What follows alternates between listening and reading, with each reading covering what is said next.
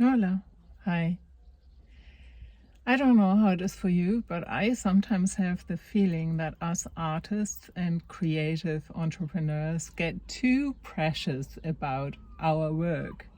It's kind of this very extraordinary thing that is full of meaning that nobody else understands. And I think that we sometimes get trapped in thinking that maybe because, maybe identifying too much with this artist personality, I'm so different or I'm so special because I'm an artist. And I think it can get in your own way. In one sense, that you might be thinking, oh, I can't have my art as a tote bag or as a greeting card. That's not, I don't know, that's not what artists do. A proper artist does, or maybe it could show up as, oh, I can't show anything what's going on behind the scenes because it's an unfinished product and it's too whatnot, and so people never get to see what you're actually working at, or you're not sharing how you enjoy working because it's only for you. Or maybe being too fixated on what the critics of the industry think about it. I remember, years ago that my director, Ron East, said to me, at the end of the day, who is it for? Who needs to really enjoy it? The critics or your audience?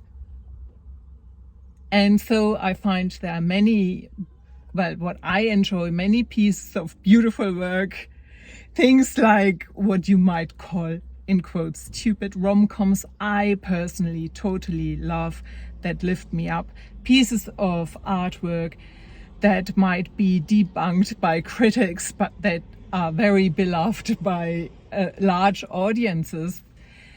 And so I think it's important to free ourselves of this kind of what we think should define art or creativity. And because it basically, what happens, we get stuck and we lose our playfulness. And I think these inner voices of thinking, oh, this is stupid, blah, blah, blah, get too loud. We forget that art is there for enjoyment and for the soul, and that, it in a sense it can be senseless. It doesn't always have to come with this deeper meaning. Well, I really often find the funny thing is, for example, with rom-coms, I especially love the ones from still the 80s, I have to admit. Something like When Harry Met Sally. I do think that there is some meaning in it, but it's kind of hidden and tucked away in all of the fun.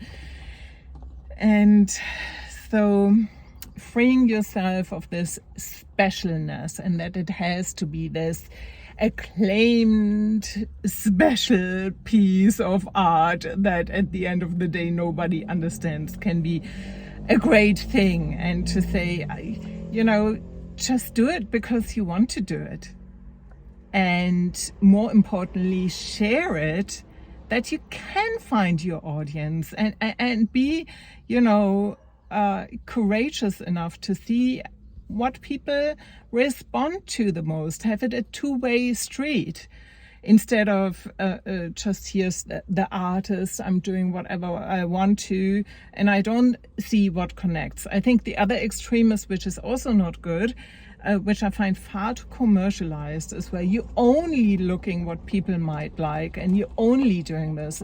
It's more of a give and take, and to find that balance, or what I talked about in the other video, that life is not a mirror.